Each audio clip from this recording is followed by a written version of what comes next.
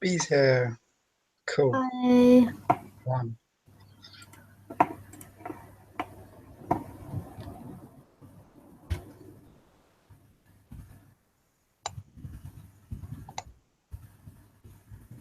Can you hear me right? Yep. Yes, I can. Cool. Cool. Let's just have an EST meeting. Sounds fun.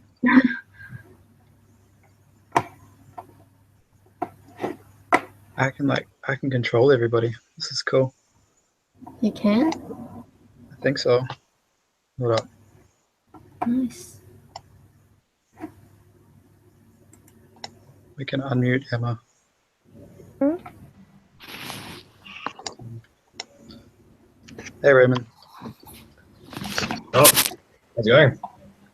Good. Good. Jet's here too. Cool.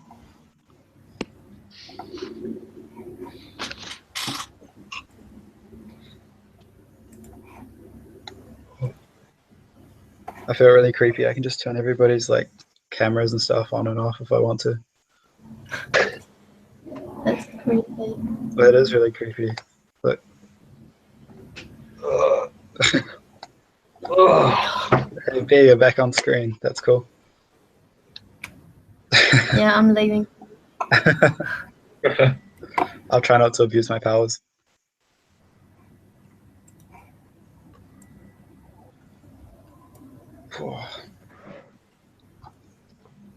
Man, it's so hot up here. Is it nice and cold down in Christchurch? The weather's a bit gloomy today. That's good. I want gloomy right now. It's too sad. It's interesting weather. That's all that matters. You're always welcome in Christchurch, man. What's that? You're always welcome back in Christchurch. I'm going to be back in Christchurch this Thursday, actually, so I appreciate that. How long are you staying for? Just for 4 days. So I've got like a conference down there for my work, and then I'll have 2 days of the weekend to chill out. So yeah, we'll catch up. Stay longer. What's that? Okay, I'm just gonna check. We don't have anybody. Oh, I got Emma. Emma, do you know where Harry and anybody else from Auckland is in your team?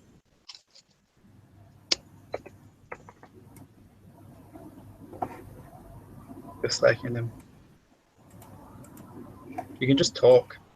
That's cool too.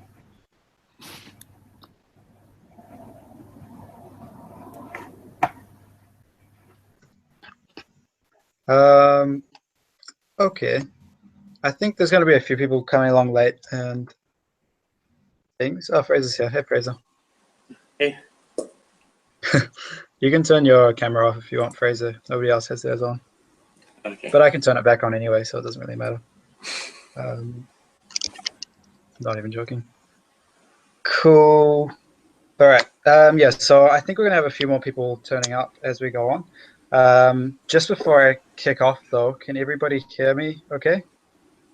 Just type if you can't hear me at all. Yeah, I can hear. Yeah, I can hear you. Yep. Okay, 3 or 4 will do. Anybody who can't hear me, that's your loss.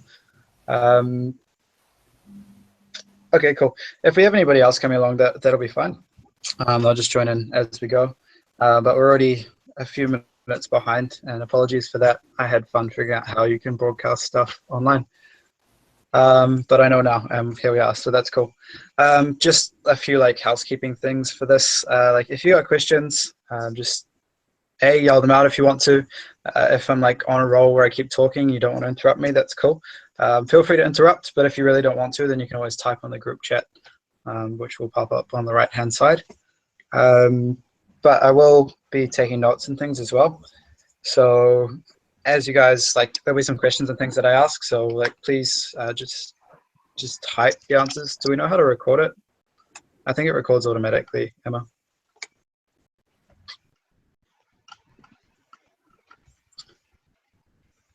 Does anybody know if this records automatically?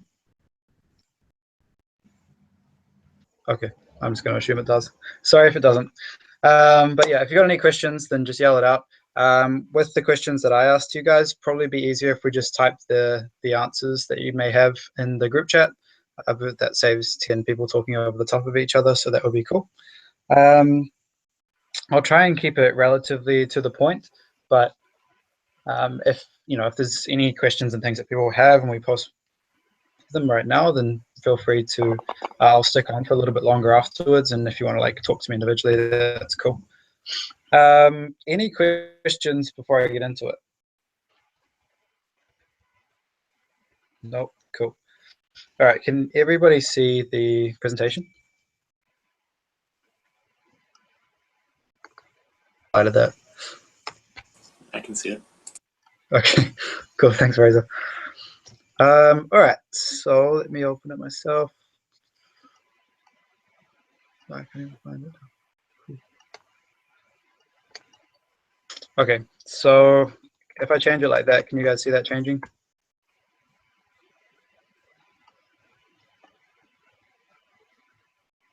I'm going to assume that you can. Okay, cool. So welcome to the sales webinar.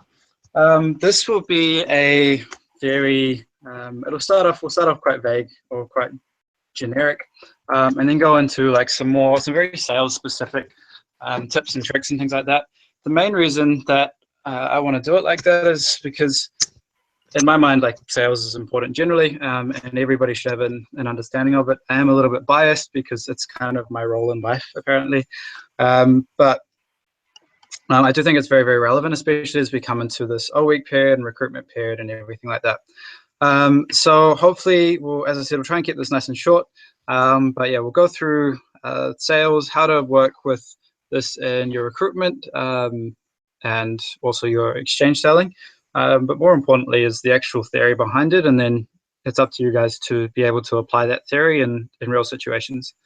So yeah, without further ado,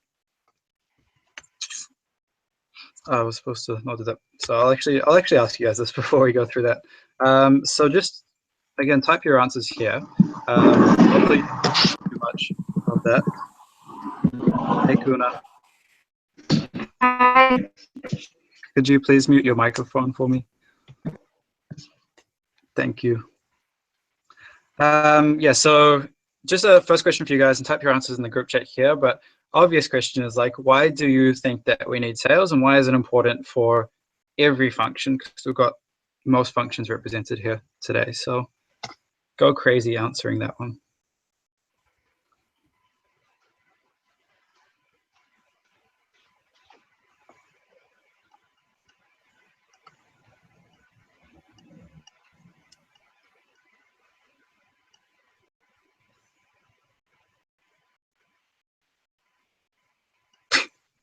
The Nobody Club.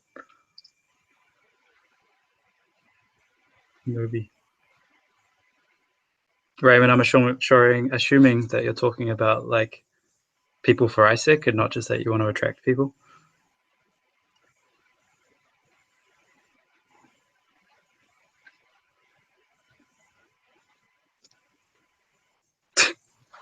Nice, nice.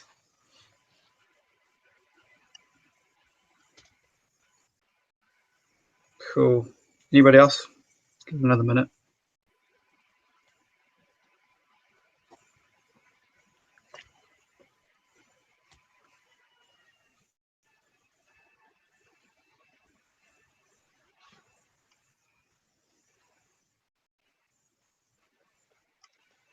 Cool. All right. Jed nailed it with all of the above.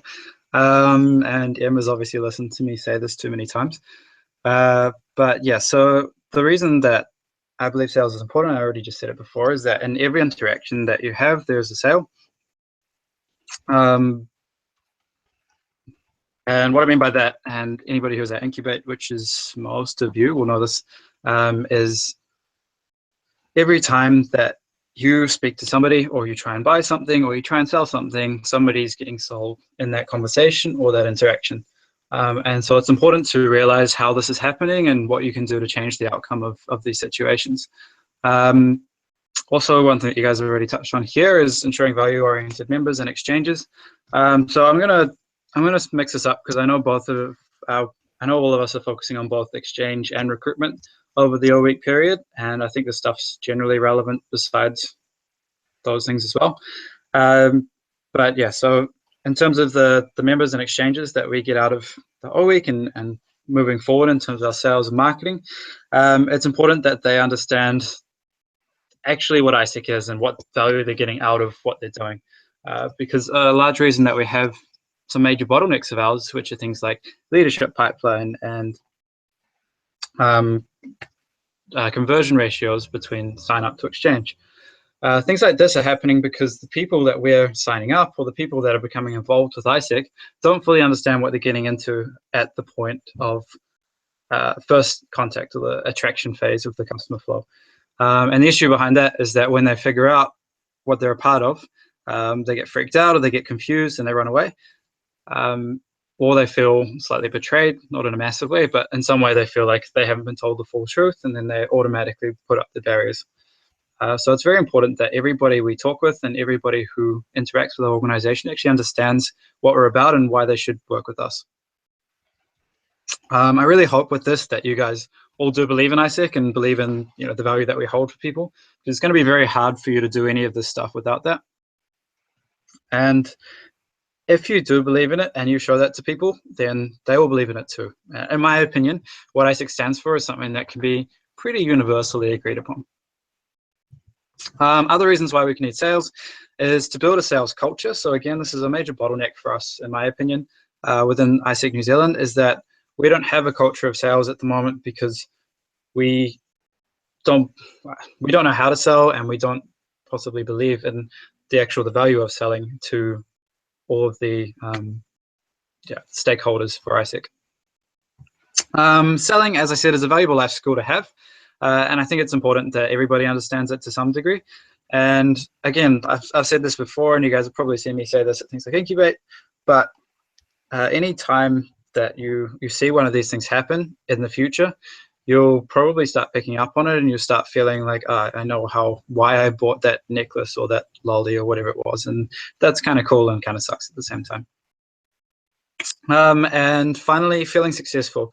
And this is something where I don't think we celebrate enough in AIESEC, is like the small successes.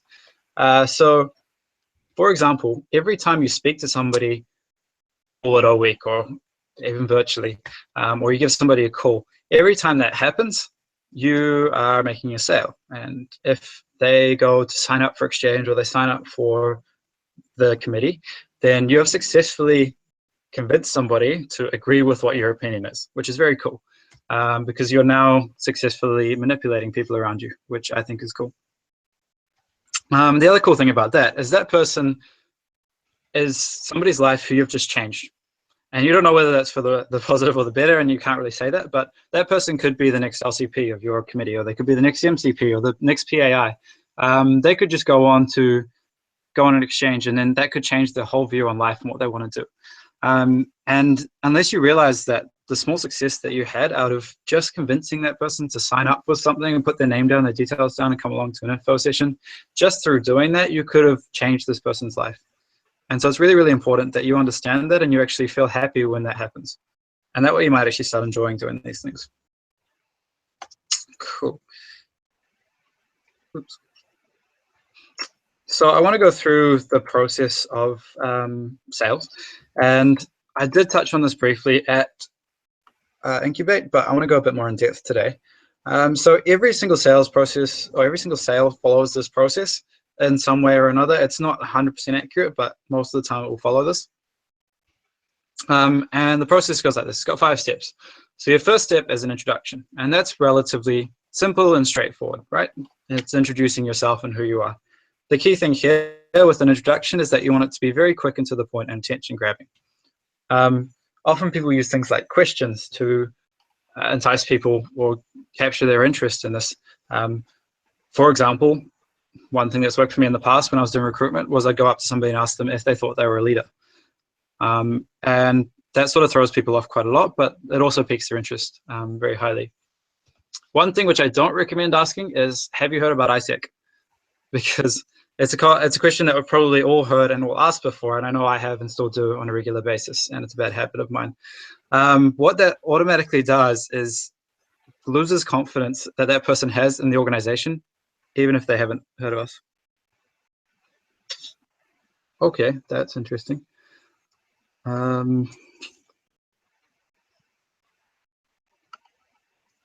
Just looking at Fraser's comment there. Fraser, can you turn your microphone on? Yeah.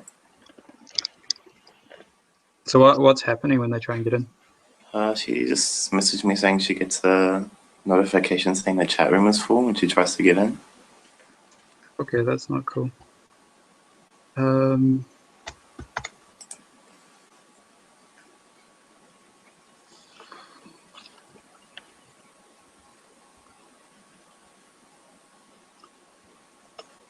Oops.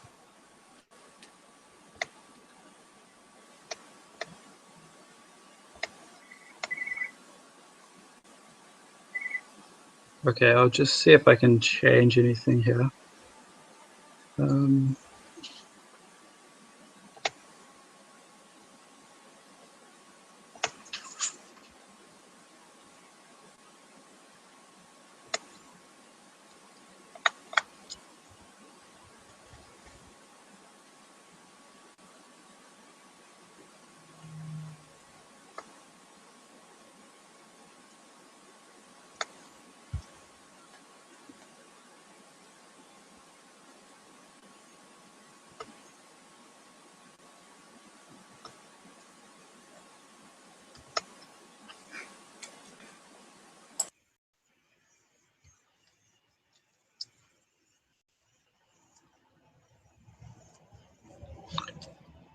Can I just see if Fraser, seeing as we got you here, sorry guys to have this difficulty. I'm just going to send you a link to a YouTube link to this. Can you just see if you can get onto that? Yeah.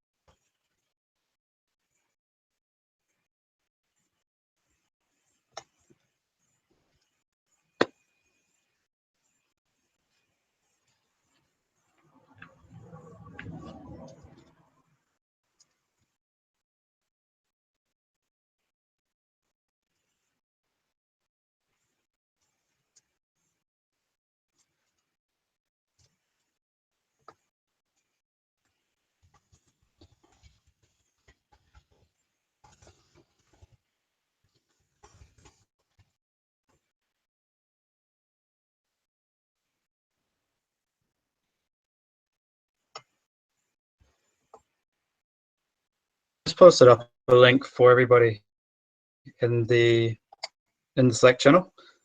It should be under general chat, and I believe that should be a YouTube link that will open up this for anybody to view. Obviously they can't chat in it, so it's not a chat room, it's just a live stream. Can anybody confirm that that's working?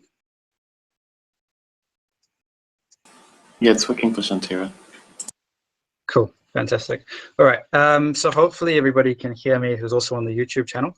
Unfortunately for you guys, yeah, as I said, you won't be able to talk in this, but you've still got the live chat availability on the sidebar to talk to us, so please still participate in these things. For those of you who are in the Hangouts, thank you. You guys are lucky enough to be privileged and get to talk. So continuing on from there, sorry about that, guys. So continuing on, so you've got your introduction, and as I said, don't ask people why have you heard of AIESEC, because it automatically makes them lose confidence in who we are as an organization, because if they haven't heard of us, then they automatically know that we are somebody who people don't know. Hopefully that makes sense. So one question that I don't recommend asking, you can do things as simple as introducing yourself and being a friendly person, because that's not going to hurt. Going up to somebody and saying, hi, my name's Kuna, how are you today? Isn't going to scare them away, hopefully. Maybe if you're Kuna, it might. But for most people, that won't scare them away. And what that means is you're just approaching them and being friendly, and that's a way in. So that's all the introduction is. It's just getting somebody to listen to you, to talk to them. Then you move into what's called the qualification. This is something that you want to do very quickly. And what qualification is ensuring that the person that you're speaking to is somebody who is relevant as a customer for us. we're quite lucky in the case of AIESEC because we're moving more and more towards being accessible to everybody everywhere, as you should know, which means that we have very few people that we can reject. Some key things which obviously we can't have at the moment is people over 30 or below 18 legally. So it's important that if you think that person's on the edge, then find out very quickly if they are over that age gap or under that age gap, because you don't want to waste the next 5 minutes talking to somebody when there's no point in it. Obviously, asking somebody their age straight up is a pretty dodgy thing to do, so don't do that. But one thing that I used to do is when I was talking about AIESEC, when I first introduced the person to them, I'd say, we're a youth organization for people between the ages of 18 and 30. And obviously, they'd be able to click straight away if that was them or not. Yeah, the criteria, if you and you have a criteria that you want to be met by the membership, for example, you want a specific school or you want a specific type of person. I'm not promoting or favoritism between, especially obviously racial bias or anything like that, but about the sort of members that you want criteria, then make sure that you're qualifying everybody that you talk to for that criteria. Back up, if they don't fit into that criteria, then maybe you want them to just go on an exchange, because that's very open to people. Qualification should happen very quickly. It can be as simple as a one-line question like, what are you studying at the moment, if you want management students? And if they don't say management, then move on to something else about exchange. Again, I don't recommend that. I reckon that it's important for us to have a lot of diversity, but that's a conversation for your EB team and your LC to have.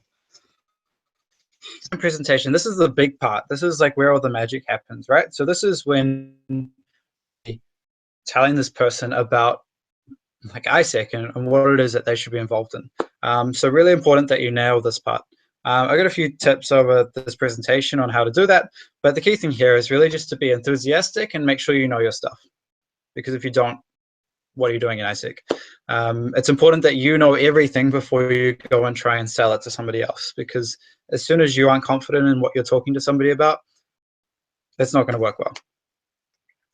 The close. This is one of the easiest things to do, but also the thing that we probably suck the most at, and also in AIESEC. So a close, for any of you guys who have seen sales movies or think this is a very salesy term, in some ways it certainly is. But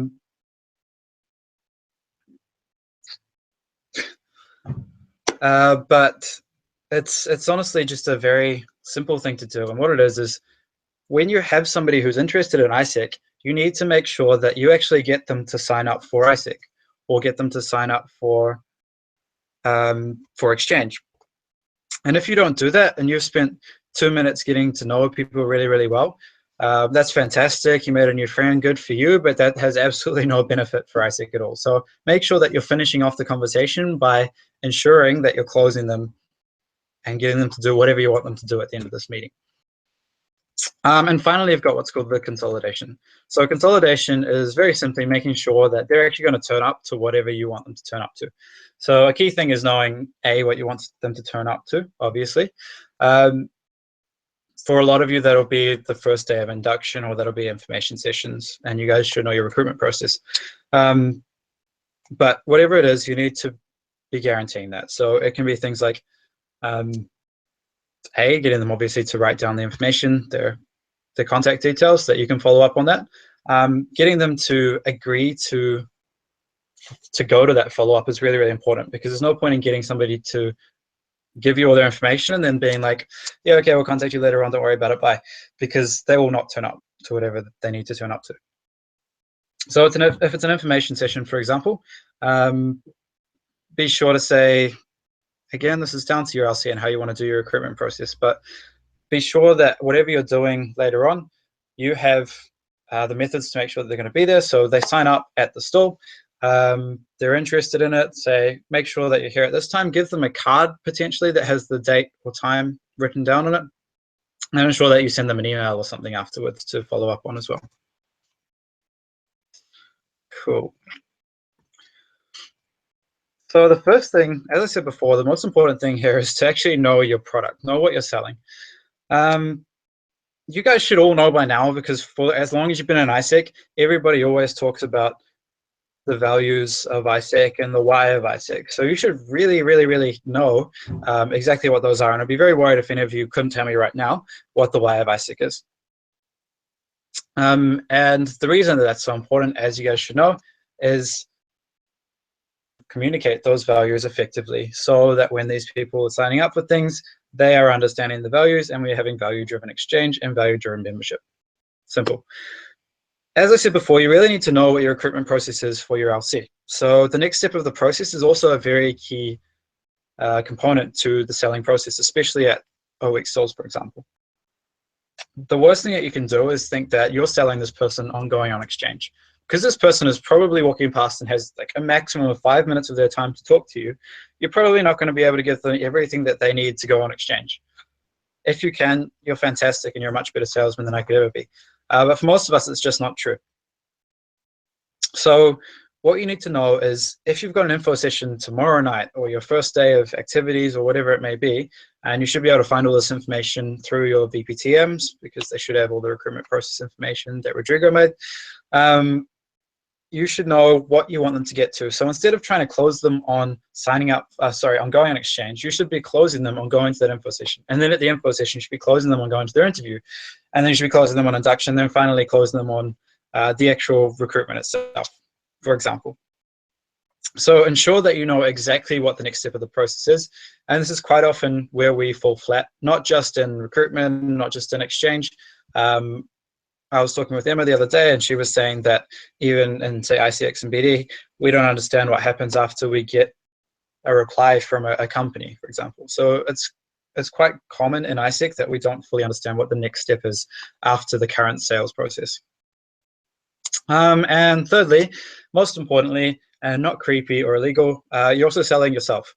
And by that, I don't mean the prostitution side of things. I mean that that person isn't going to be buying into AIESEC or anything like that. You'll get the 5% of people that will automatically, that they don't need to talk to anybody, and they'll come up to your stall and they'll be interested and they'll sign anything that you put in front of them. But the other 95% are going to be bought or sold or not sold based entirely on who you are and how you present yourself. If you're a very boring person and you don't have any excitement about what you're talking about and no confidence, that's something that is going to automatically drive away people. And that has nothing to do with what's built into you as a person. I'm not trying to insult anybody here. It's more to do with how well you know your product, how well you know this other stuff here, and how excited you are on the day. If you are excited and you believe in what you're selling and you're confident, then those people are going to see that, and you could be selling them anything and they'll probably buy it. Cool. I don't want to spend ages on this because, as I said, you guys already should know this and know this picture very, very well.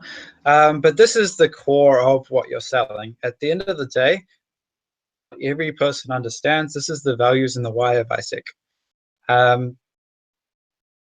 So, yeah, as I said, you guys should know this already. I'm not going to go through all of it. But in your introductory pitch and your engagement and presentation, you need to explain the outline of what this is. I don't recommend going through this step by step, but the person needs to understand that we do strive to achieve peace and fulfillment of humankind's potential. And that's not something that you should be ashamed of saying either. Just phrase it a little less creepily than that. So I often would say that we believe that we can create peace in the world and help people to fulfill their potential by doing this and this and this. And it's just a slight rephrasing. It's the same thing, but it's not as corny in my opinion. But you do you in that way.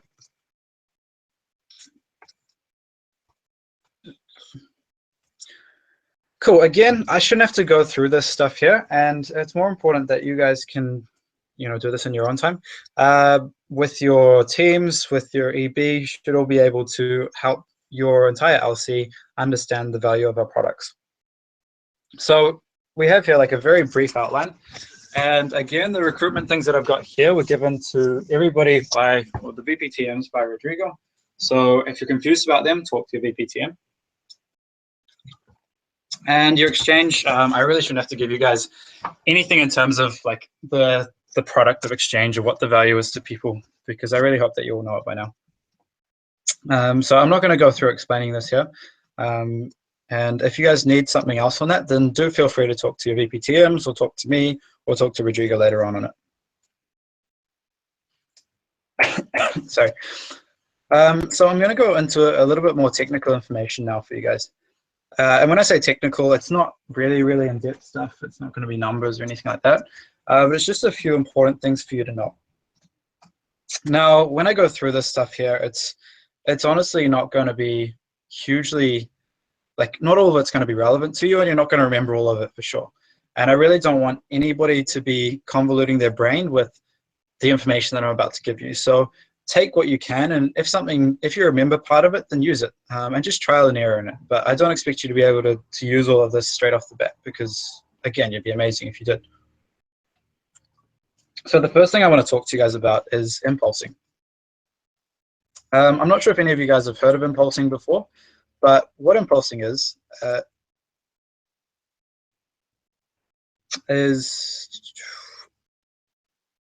yeah, okay, just reading the chat, sorry.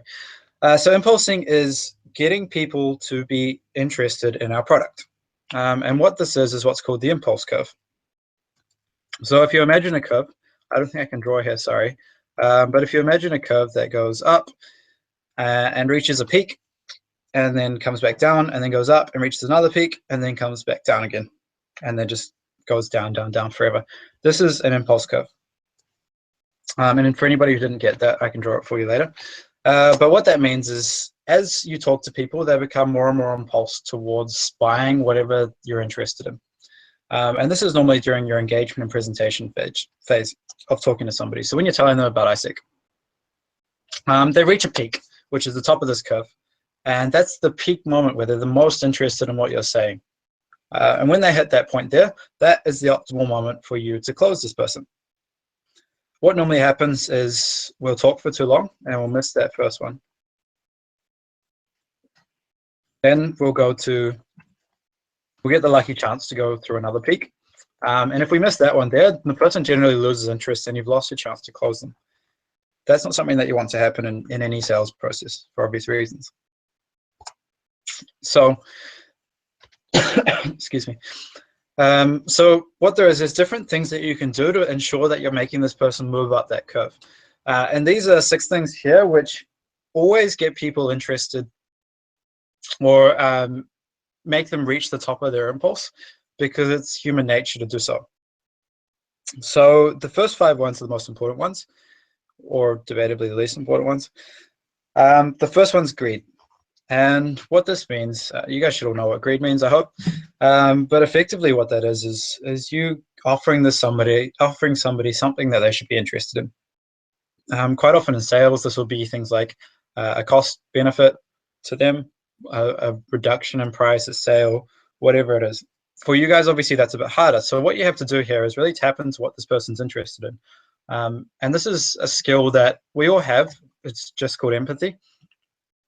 It's about listening to the person talking to you and hearing them say something like, I came from another country. They moved over from Australia last year.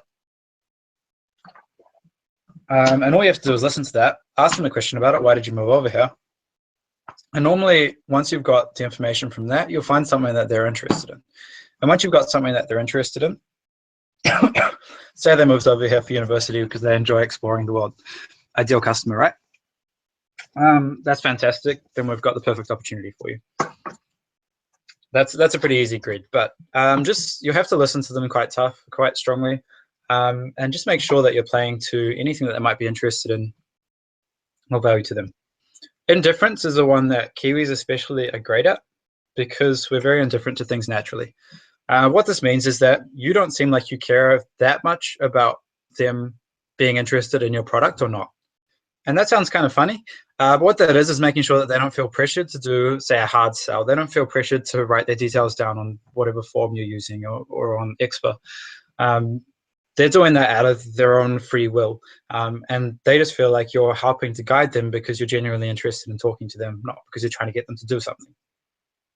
So indifference, as I said, comes very naturally to most of us, just in the environment that we're in, but it's just saying things like, It's giving them an option, like you can do this or you can't, like this is what we do, blah, blah, blah, being very casual about it, rather than being like really in their face, like you need to do this right now, this is what you got to do.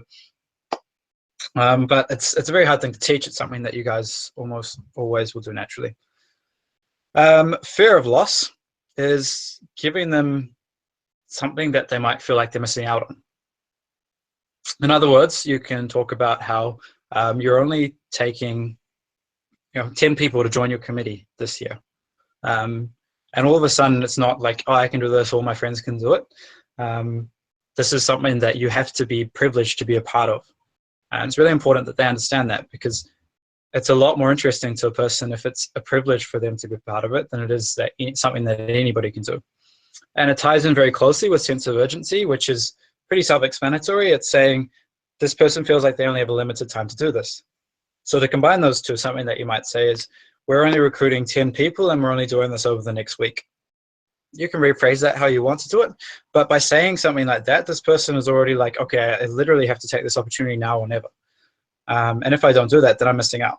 And assuming you've done the rest of it right, this person's automatically going to be very, very interested in what you're talking about. The Jones theory. So you guys might have heard of the, I think it's an American saying called keeping up with the Joneses. And what this means is that everybody always wants to be like their neighbors, the Joneses. And it's human nature for us to want what other people have. And this is all about using that to impulse this person into being interested in what we're doing. So quite often, you might do this in your introduction even, is saying we've been talking to lots of students like yourself, and we found that a lot of people here today are really interested in being a part of a leadership or developing their leadership skills, something like that. And all of a sudden, it's not just this person, they're not alone in wanting to do this, but everybody else has been doing this, and it's something that they should do if they want to be cool. I don't know. It's something that they want to do.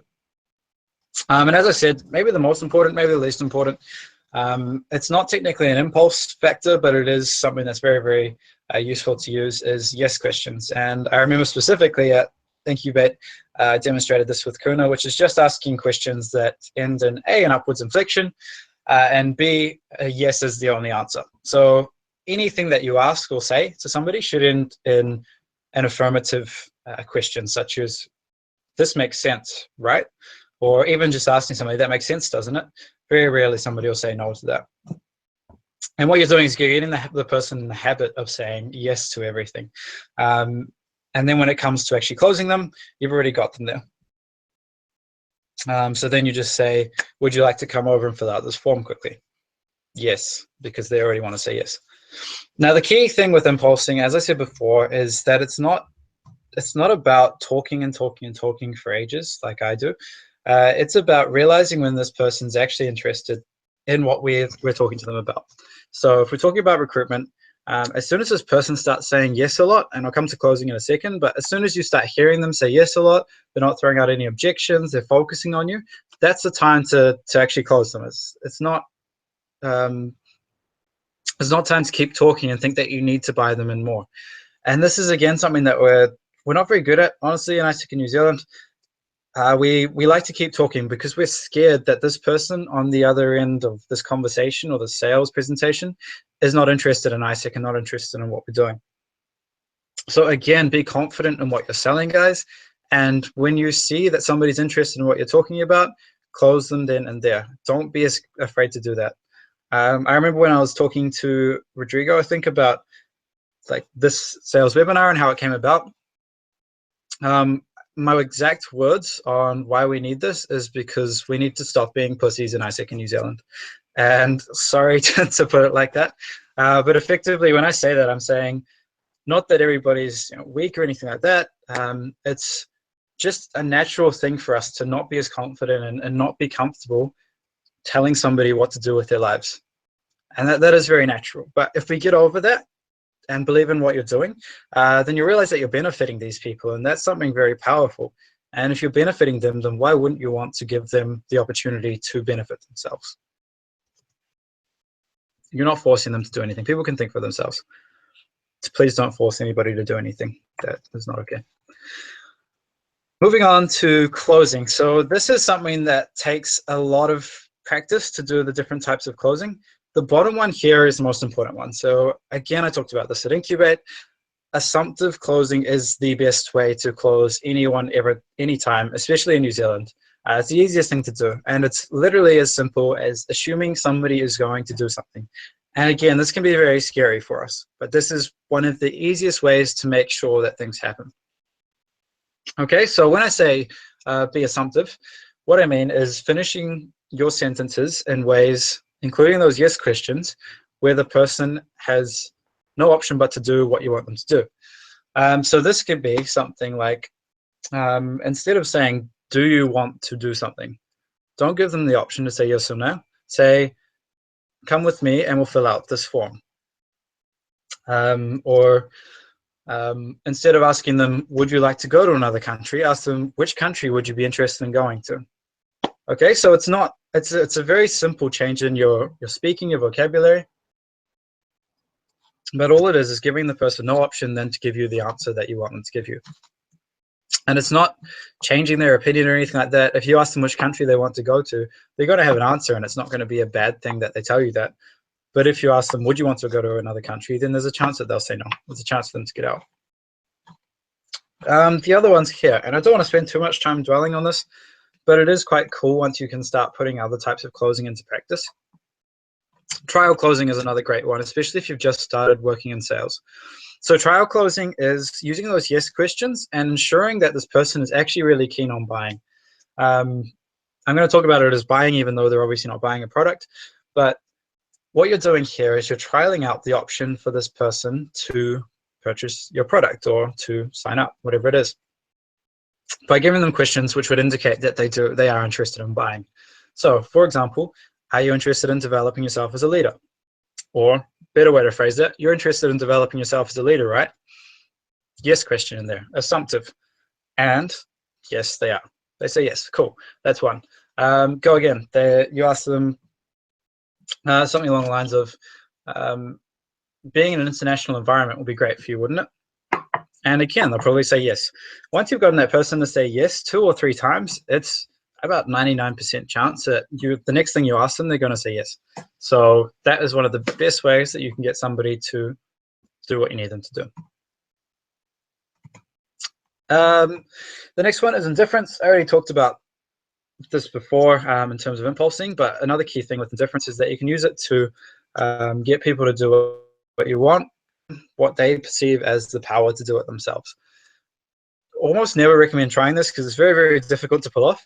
But what you're doing here is you're acting as if you don't care whether this person does buy into your product. And it normally works on the alpha male types of people, right? So like the scary people that want to tell you how to live your life. The only way that you're going to do this is if you get them really agreeing with you, you give them a whole lot of really, really good points. And then you say something like, it's up to you whether you want to do this or not. Again, I wouldn't recommend trying it unless you give it a shot. There's no harm in trying it, but it's not something that's going to work every time until you figure out exactly how to do it. And it only works on a very specific group of people who more often than not aren't going to be your students, because students can be quite passive, especially in New Zealand, as we know. So giving them an option like that is dangerous. The alternative close is one of my favorites. It's very similar to assumptive. What this one here does is it's giving people 2 options, but both of them are what you want them to do. So it's kind of shitty to them, but that's cool. So for example, you can say something like, it's hypothetical depending on how you're doing a recruitment process, but would you be interested in our information session today or information session tomorrow? It's being assumptive to them, but it's giving them 2 options. And all they can say there is today or tomorrow. They can't say no without seeming a bit strange. So give them 2 options. Would you rather sign up on paper, or would you rather sign up on the computer, or would you rather we send you a reminder email or give you a reminder call? And all of these things happen before they've even put their name down on anything. So when you do that, you're not giving them any way to back out, and you'll most of the time find that they'll choose one or the other. The silent close, this is something that I really wouldn't recommend doing at recruitment or at O-Week, but it's really, really cool, so I wanted to tell you guys about it. This is when you give somebody all of the details, and then you sit there and you stare at them awkwardly in silence until they agree to do it. And the key to this one here, if you ever want to do it in anything in life, is just it's a game of who talks first. If they talk first, then they're sold. If you talk first, then you gave up. You need to be very, very, very, very solid in what you're selling here and the key points that you have, your key sales points. So make sure you know your unique sales proposition very, very well, which we should know in AIESEC again. And make sure that you really sell it to this person. And all you need to do is let the the three most important points go, tell it to them, and then go dead silent and wait for them to say yes. And it's a really cool feeling. You feel like you dominated somebody when it happens, but again, it's probably not something to do at a stall because it'd be very awkward. But good to know. One of the most key things that you'll find in any sales process, but especially when you're at something like a club stay or you're at a stall or even virtually, is you'll find people saying no. Surprising, right? So just quickly for a couple of minutes, can I get you guys to write down, especially those people in YouTube as well, write down like some key objections that you've found in the past when you've been talking to somebody about AIESEC. What are the things that they normally say that stop you from talking about AIESEC or stop you from being able to continue talking to them about it? What are the key things that people don't want to go in exchange for, don't want to sign up for membership for?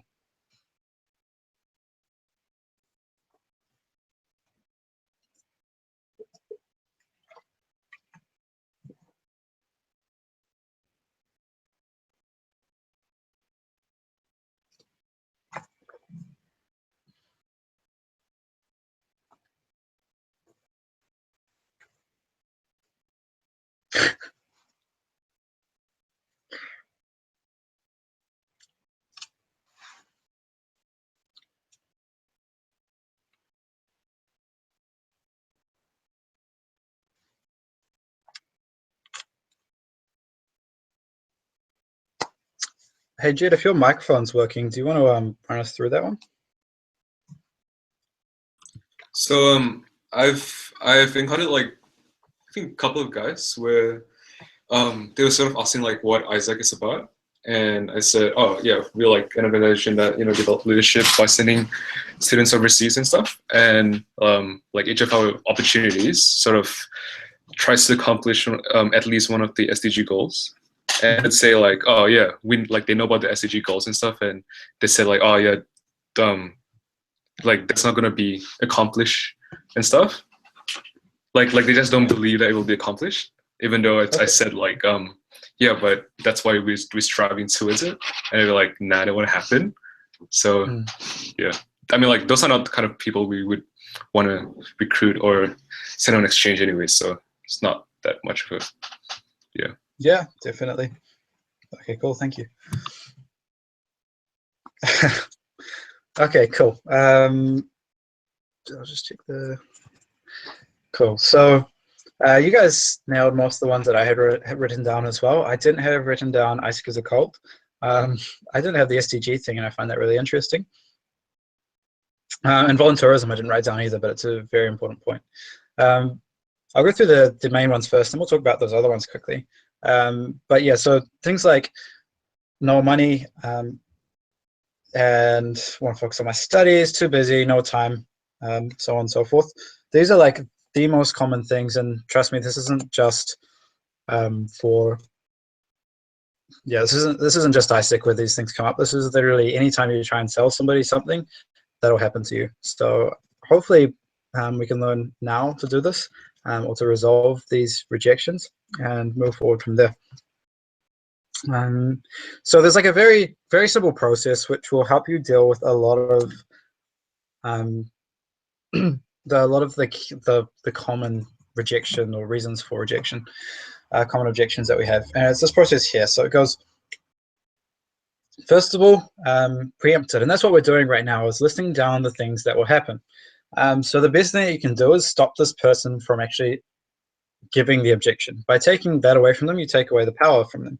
So by saying something like while you're talking to them, for example, we understand that often a lot of students struggle with money for this, which is why we're talking to them about it now, because we know that we all need time to find the money and make this happen. But we also know that a lot of people can make it happen if they truly believe that they'll be able to make a difference through it.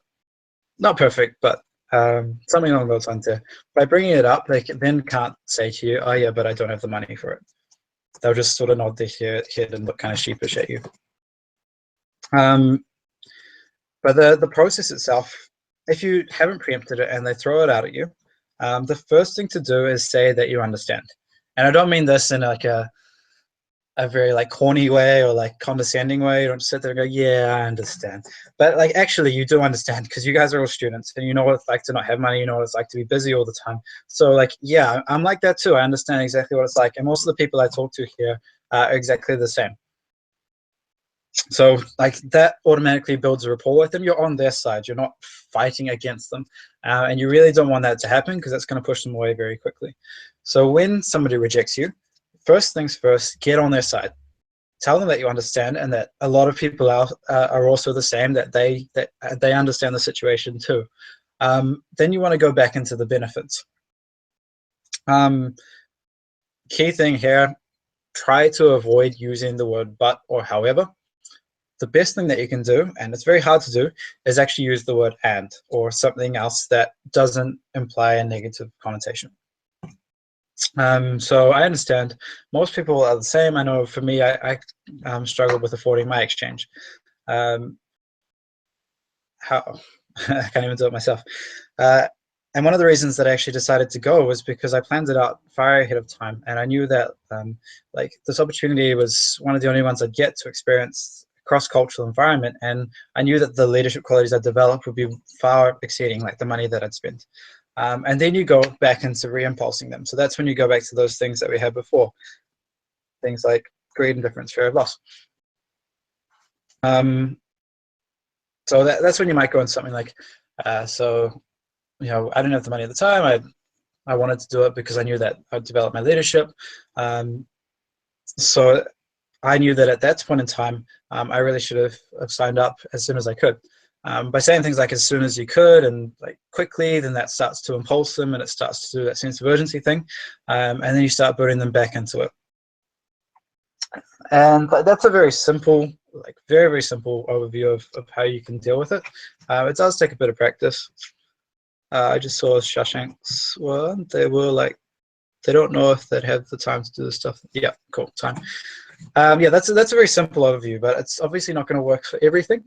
But as a general rule, if you can empathize with somebody and then just reiterate the values and then go back to closing them again, they'll probably just jump on board with you. And it's kind of funny how easily it works, but seriously, it does. If you're on their side and you can explain to them the benefits, then they probably will. And especially if we're doing value-aligned selling, then you will be able to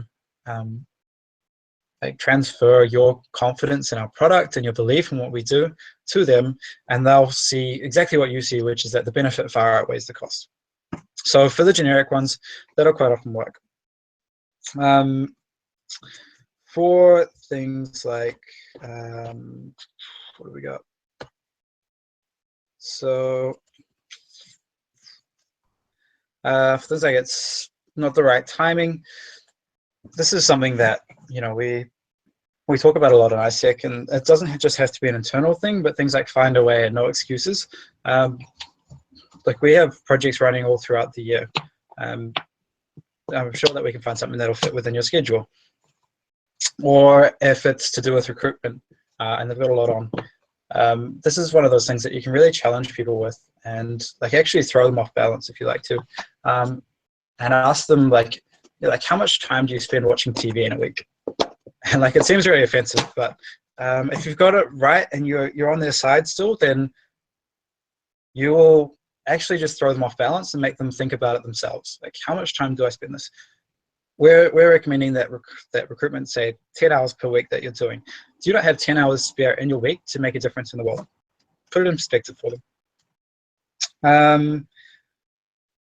Want to focus on your studies? It's kind of the same one. There's going to be some people which just aren't going to work, and like Jed said, they aren't always going to be aligned with AIESEC. It can be quite a debate over whether or not you think that AIESEC is for everybody, or that everyone is for AIESEC. Because some people may not believe in the values that we have, or some people may not believe the SDGs are achievable, or some people may just literally be way too busy to do AIESEC right now. I like to believe that there's always something that we can do for people, and it's the new customer flow. No, the new AIESEC experience, sorry, the refreshed AIESEC experience, where you can have an AIESEC experience even with things like engagement with AIESEC. And if you really, really can't get somebody interested in being a member with AIESEC or being on exchange, then at least give them the opportunity to do something with AIESEC and tell them about some sort of event you guys have got coming up, or some way they can engage with us, or even just recommend them something that they can do for the future. So, hey, still feel free to sign up to Opportunities Portal, and we'll keep you up to date with what's going on in AIESEC, so that maybe when you're less busy with your studies, we can still help you out. Okay. AIESEC's a cult. If somebody says that to you, that's probably a pretty lost cause. You can just sort of say, yes, it is, and then, I don't know, maybe like spit on your hand and try and shake with them and see what they do. I will do a roll call in front of them. Things like the SDGs, yeah, it's going to be very hard to change somebody like that around to being interested in AIESEC. Well, that's definitely one of those situations where you really want to challenge a person. They're obviously very engaged if they're willing to throw something like that out with you, and they're kind of asking for an argument.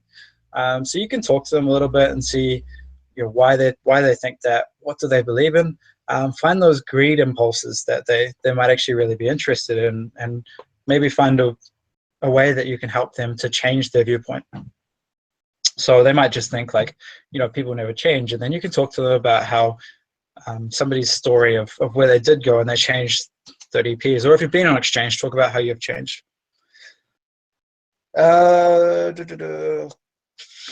Volunteerism.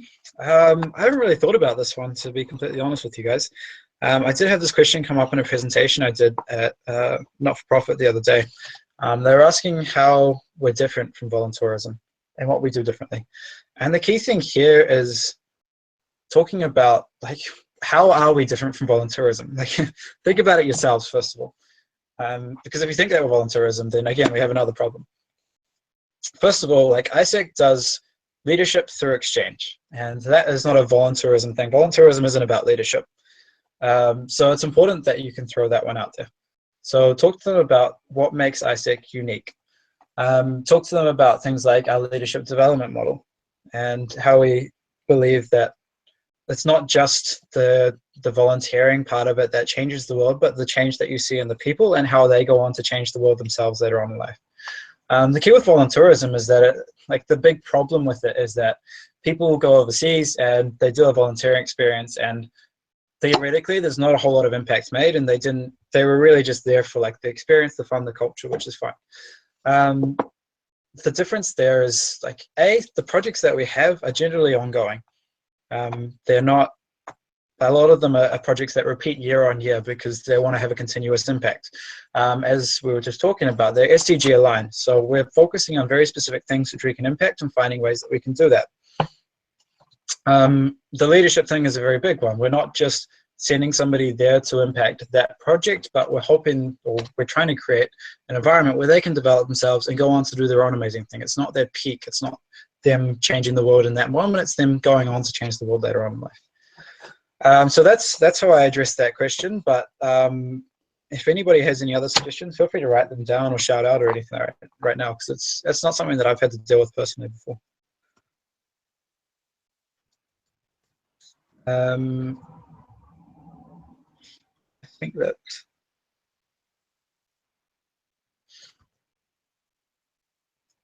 yeah.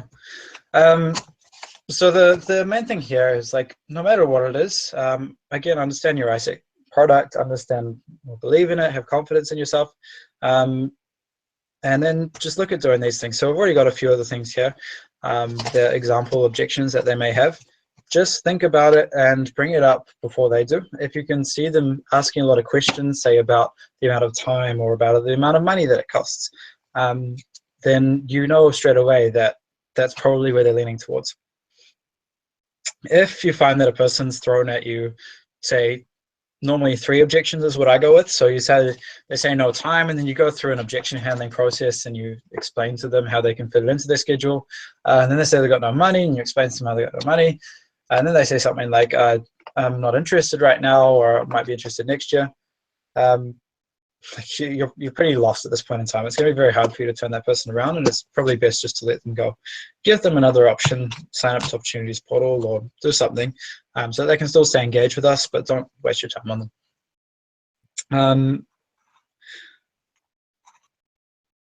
The other thing as well is if somebody ever says to you that they're not interested, it's probably bullshit. Normally what somebody means when they say they're not interested is that they don't understand something. Or they're not getting the full thing. Because if they just straight up weren't interested, I mean, again, that's like the 2% that don't believe in SDGs and things like that. They're not value aligned. But most people aren't interested because they haven't captured the value, or because they don't understand exactly what they'd actually be doing in it. So something like, I understand, is there any questions that you might have about it that could help you understand us a little bit better? Get them to ask the questions they need to know. The one thing I missed was Raymond saying, I'll be keen next year.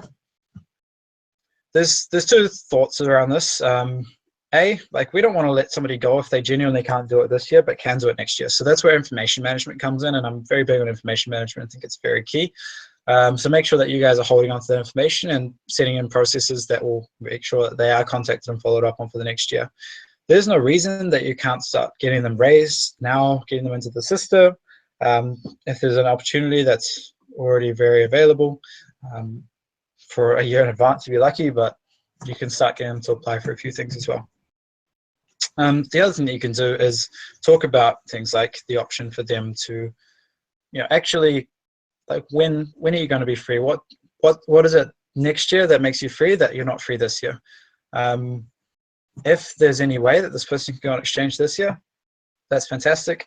If they're not too sure about it still, then maybe just offer to continuously update them so that they know what's available to them, and cross your fingers.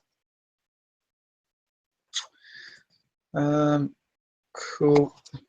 Moving on from that, just some important tips for you guys. So I'm not going to spend too long on these, and this is coming pretty close to the end of it. But one thing that I haven't really talked about today, but I've talked about in the past, and I hope you guys have actually thought about before as well, is having a personal why for why you're in AIESEC and why you believe in exchange. I believe like this is very, very key to you being a member in AIESEC, because you will have to look at your why and believe in your reason for doing this at the times when it gets really tough, but also when you're talking to other people and selling to them. Because something like we believe in peace and development of humankind's potential is very cool and very relatable for a lot of people, but in other ways it can seem like not entirely genuine. And the way that I normally find that people find their personal whys is by thinking about what they want to do in life, what your own personal why is in life, and then combining that with what you believe the importance of AIESEC is, and bringing those together and say like a 1-sentence thing. So whatever you care about in life, you can even do a list of things you care about in life, things you care about in AIESEC, and just draw the dots, connect the dots across there. So that's one way that you can find your personal why.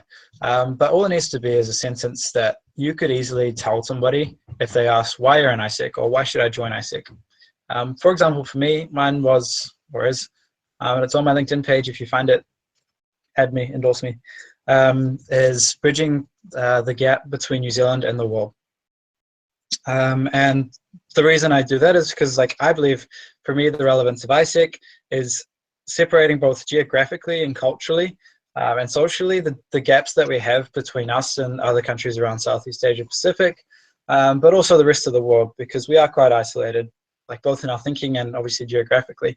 And I care very much about like the cultural connection there, but I also care very much about the relevance of that to AIESEC and to New Zealand, and I think that AIESEC is a very key tool for doing that. So that's how I explain it to a lot of people. I did this as well at Incubate. I drew you guys a typical salesman who has 2 mouths and 1 ear because he talks twice as much and listens half as much. Don't be that guy. Be the person who listens to them. This is how you find out those impulse factors and find out what they're really, really interested in.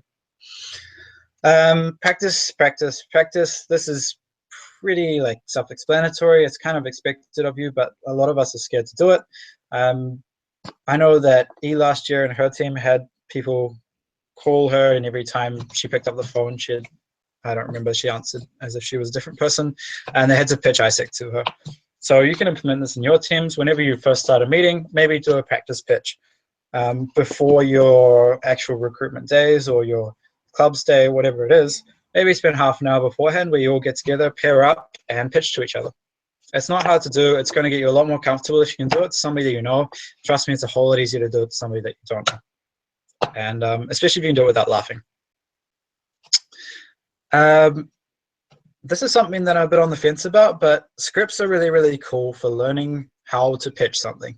But they are definitely not like a be-all and end-all solution to sales or anything in life. As some of you probably know, whenever I speak, and even when I'm doing this right now, I most of the time will never have a speech prepared. And when I sell to people, especially then, I definitely don't have anything prepared written down on paper, because if I start reading from a script, then I'm going to get very, very boring very, very quickly, and my voice is like monotonous enough half the time anyway. So if that's the case, and you're not 100% confident with what AIESEC's about and what you're going to be talking about, make sure you do write it down somewhere and give it to all of your members. But make it also very clear to them that they need to be off script by the time that they're talking to people out there. Obviously, they're not going to carry around a piece of paper when they go talk to people, but just in general, you want them to sound very natural and much less robotic than they will if they're reading or thinking of a script. This is a very, very cool one, guys, and most of you here, in fact, I think all of you, apart from 1 or 2 people who are on the YouTube channel, you guys are the leadership of your LC. And even for those of you who may not be on the EB, you're still leaders. Even by being here, you hopefully know a little bit more about sales, and you should feel relatively confident in your ability to talk about AIESEC. You guys are senior members, you're leaders, you're going to be the future leadership team of your LC and maybe even AIESEC in New Zealand. What's really important here, and I've seen this time and time again, I'm guilty of it myself, is that you don't sit behind a desk or at the back of the room or seem shy or anything like that. You need to be the ones who are going out and showing the rest of your LC how it's done. Okay? If you don't do that, then you're going to perpetuate the issues that we have around sales culture in AIESEC in New Zealand, and you're going to prevent your members from developing and having the ability to grow and learn how to sell themselves. So I can't emphasize this enough. You need to get out there, get in front of that stall, go and talk to a random person, go and do whatever you want to do, act like an idiot if you have to, make a fool of yourself, do it, and feel confident and comfortable doing it. Because when you start doing that, people will follow you. And you guys are all leaders, and you're all very capable of having people follow you, and you need to understand the influence that you have on these people. So I cannot emphasize enough, be the leader and lead by example. Okay? That probably should have been my end point, but I'll keep going with these other ones. C, so there's a few acronyms here. C is smile, eye contact, and enthusiasm. So these are 3 things that you should always be doing when you're talking to somebody. If you approach somebody and you are not smiling, or you don't smile at them at all, they're probably going to get very creeped out and go back to that notion that AIESEC is a cult, and I wouldn't blame them if you did that. Eye contact is a hugely important thing, and we struggle with it a lot, not just in New Zealand, but as youth and society, especially culturally, it's quite different. But in New Zealand, it's very key that eye contact is made because it's a very strong display of confidence. Play to your audience. If you find somebody else isn't feeling very confident, don't try and like steer them down and make them feel uncomfortable. But if you're talking and your eyes are going all over the place, then you either look like you're thinking or that you don't believe in what you're selling to them. So make sure that you look that person in the eye, not creepily, but just make sure that you maintain eye contact. And enthusiasm. So enthusiasm, you want to be excited about what you're selling, and I've said that enough times. Rapport isn't an acronym, I just did it in capitals because it's important. For those of you who don't know what rapport is, it's just the relationship that you build with somebody when you first meet them. And it's about getting their trust very quickly. Everything in sales is built around trust, and if the person who you're talking to isn't trusting you, then they're not going to buy whatever you're selling. Building rapport is very, very simple. It's things like having a joke with them and seeming like an actual person, seeming like you have their best interests at heart, and making sure that you're listening to them as well. These are all things that are going to make you seem like a real person, and they will trust you and believe in you. And who knows, they could go on to be your best friend or your boyfriend or your girlfriend or something later on in the LC. I don't know. Don't screw the crew. but whatever happens out of that, like make sure that you're building that rapport with them. It's very important. The 70-20-10 rule. So this is something, again, I've touched on in the past, but 70% of what you do when you're talking to somebody, 70% of what they see and what they believe in is actually your body language. It's not the things you say, and it's not how you say it. 70% of it is literally how you're presenting yourself to this person. So it's part of the smiling, the eye contact, using your hands to gesture, standing up straight, making sure you're using open body language. And there's a lot of cool TED Talks on this if you're not feeling 100% confident with it. One of the coolest ones is talking about how you gesture with your palm open, face up, and the difference between that and face down and pointing. Always gesture face up when you're trying to like make somebody on your side and build that rapport. 20% of what it is actually the intonation that you use. So again, as I said before, quite often my voice can be kind of monotonous, but you'll often hear me if I'm talking to somebody in sales or if I'm doing a speech, or even right now, I put on this weird, slightly higher pitched voice where it fluctuates quite a bit. And it's not perfect, but you'll find that I change my voice volume and enthusiasm and intonation quite a lot. And it's really important that you do that as well, because that's how you emphasize the points that you want to emphasize. If you sit there and you have some very, very cool things to say, but you say them in a very, very boring and slow and monotonous voice, nobody's going to be interested at all. And no prizes for guessing what the final 10% is. It's the things that you're saying. So 90% of what this person's being sold on is not things that you're saying. 10% of it is what you're saying. What I mean by that is obviously that you're talking about AIESEC, you're talking about leadership development, you're talking about the value of AIESEC, blah, blah, blah, blah, blah. They will obviously buy into that to some extent as well. For anybody who's been around an AIESEC for long enough, you may remember a campaign that was run about 2 years ago now, which was called #JFDI. JFDI stands for Just Do It. And this goes back to what I was saying about leading by example, guys, but you need to make sure that you're going out there and talking to as many people as you can. The reason why we put so much emphasis in LCs on like this time of the year is because it's one of the best opportunities to have like 1,000 new people standing in front of you who are interested in what you have to say, and you have full access to them. And if you don't utilize that, then you're throwing away this. And like it may seem like it's cool if you get, say, 50 signups, but you may have missed out on getting 100 more because you were too scared to go and talk to that next person. This is probably going to be a maximum of maybe 10 hours of your life that you'll be out there doing this for this next week or two. Go and use that time wisely. Push yourself to expand your horizons and work harder than you have before.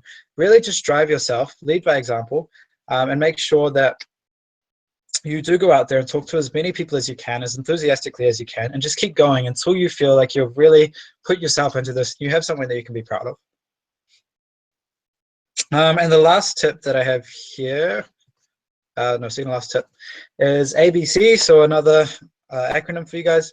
ABC, for anybody who's seen a fantastic sales movie called Glengarry Glen Ross, stands for always be closing.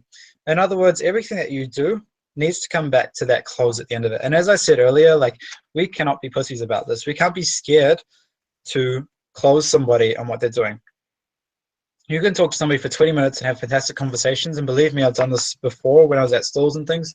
And there's no harm in doing that, especially if you feel like you need a break. But at the end of the day, the numbers are going to speak for themselves. And if you guys want to have a successful winter peak, if you want to have a successful year and a successful recruitment period, you're going to need to make sure that you get as many of those people who you've piqued their interest in to actually sign up and be part of your committee or be part of going on exchange. You don't want to waste those names, those numbers, those people. You don't want to waste their potential. And if you think about it, you're actually, in some ways, possibly preventing this person from having that life-changing experience. You shouldn't feel guilty for that, but maybe just think about the weight of the impact that you can have on this person's life when you're talking to them and the importance of what's happening next. So make sure that you get them to sign up, make sure that you get them to be interested and consolidate them onto what's next in the process. And most importantly, you're only going to do these things if you're enjoying yourself. So you've got your teammates there, like it's an excellent time to bond. There's down times during this thing. Sit around, have a chat, go explore some other clubs. You know, if you're feeling hungry, go get some food, chill out. have fun talking to people. It's actually fun talking to people, especially when you're having deep conversations about things like leadership and SDGs. You'll be surprised how many cool people there are that you can talk to. So get out there and actually have fun talking to these people, and that's the way that you'll appear confident. You'll believe in what you're doing. So highly, highly recommend you actually enjoying yourself throughout this period and doing whatever you need to feel relaxed and feel confident. Final thing I'd say here is just a few rules for you guys to live by, if nothing else. It's really, really important that you know your product. And I know I haven't spent a lot of time on product today, but you guys should know your product by now.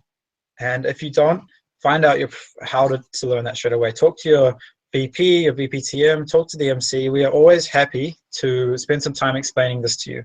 And as I said, I didn't spend a long time today, but obviously it's important for me that I know the product very well. So if you want to, feel free to talk to me.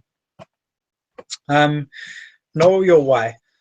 As I said before, like, you guys need to have your personal why, and this doesn't just apply to sales. I think it's really important for you having motivation in AIESEC. Make sure that you understand why you're doing this. Why are you in AIESEC? Why you believe exchange is key to developing leadership in people, and why you believe AIESEC is relevant in the world. Make sure you understand that, and make sure you can communicate it effectively. Rehearse it every day. Like I said, my LinkedIn tag is my why. And there's two reasons for that. One, because I think it's important that people know what I do. But two, every time I go on LinkedIn, which is daily, I see it there and I remind myself what it is. And if anybody asks me, I can tell them straight away. So you should do that too. And three, this is one of my favorite things to live by, is fake it till you make it. And this isn't a bad thing. This is actually a really awesome thing.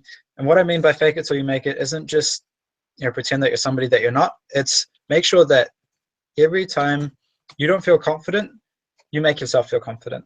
Make sure if you don't understand something, you learn to understand it. And then if you feel like you don't know how to communicate something, just try and communicate it. And the more times that you fake being what you want to be or doing what you want to do, the more times you do that, the more repetition you have, the more you'll become like what you want to become. So I'm not saying be a fake person, be genuine to yourself. But if you want to develop a particular skill, go out and do that skill, even if you suck at it. Just keep doing it, keep going for it, and eventually you'll become good at it. Okay. Yeah, and that's pretty much it from me. We did go over just over an hour there, and I hope you guys got some value out of it. I will just stick around till 8:30. There's a wee heart for you guys, so thank you. If you have any questions or anything that you want to bring up, please ask them now so that I can respond to the whole group. And if you want to talk to me privately or discuss anything further with me, just message me on Slack now and we can have a chat about it tonight or another time. But yeah, we'll just sort of open it up for the next 10 minutes for any questions or anything anybody wants to say.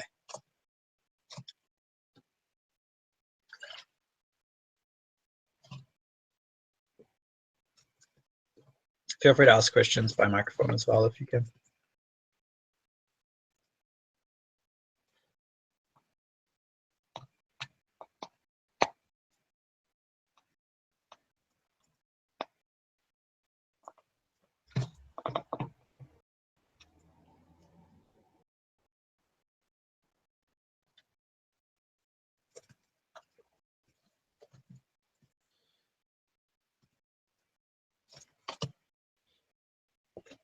I don't know if this is silence because people are thinking or because they don't have any questions.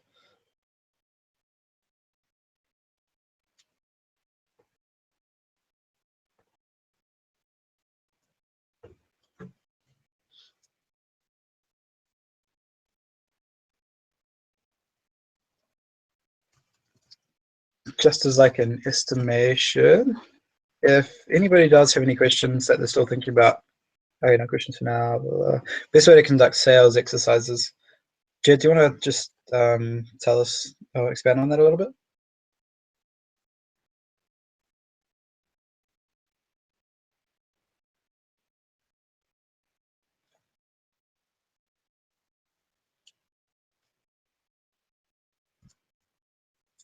Jed? Oh, okay. Oh yeah, okay, cool. So the best thing that I'd recommend doing in terms of training your members is actually just getting them to practice. So setting up things like what do you call them? Fake real life examples. So the word's just gone straight out of my head. Simulations, that's it. Sorry.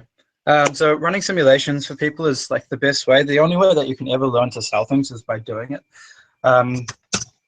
So that's probably the most key thing I'd say is like get everybody together, sit them down, pair them up, and run through some sales exercises.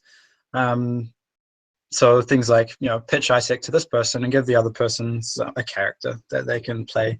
So somebody who's really interested in AIESEC and somebody who hates SDGs, and, you know, just see how that develops naturally. And quite often what you'll find is, A, they'll pick up a thing or two and they'll feel more confident about doing it. But B, you might actually learn some new ways to sell as well, because I definitely don't have all the answers myself. The other thing that you can do, obviously giving them material on it and, you know, giving them the basic training like this stuff here is important. But really all they need to do is practice and know the product. Again, like make sure that, or especially new members or anybody who doesn't fully understand AIESEC does, make sure that they understand the why and the what. Make sure that they understand the next step in the process, so that they're not missing anything, because that'll cause lack of confidence. And the other exercise that I'd probably recommend running is one that I've actually done with a few people before, which is getting them to find out their own personal why, you know, what they believe in, get them to do a bit of reflection. It can be a lead session that you run in LCMs. So yeah, you spend a bit of time getting them to write down their life, like what was important to them, what's important to them moving forward, their values, things that happen in AIESEC, and creating their why together through that process. And hopefully you can, you know, spend 20 minutes doing that, and then they'll have their own personal 1 or 2 sentence whys. And also this should be recorded, so feel free to share it to your team. Cool.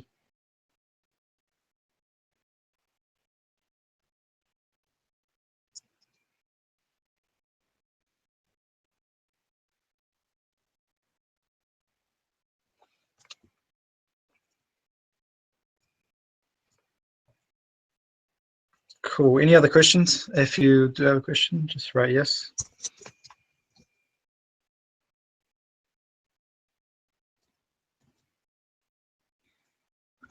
Cool. Doesn't look like it. So yeah, thank you guys for coming along.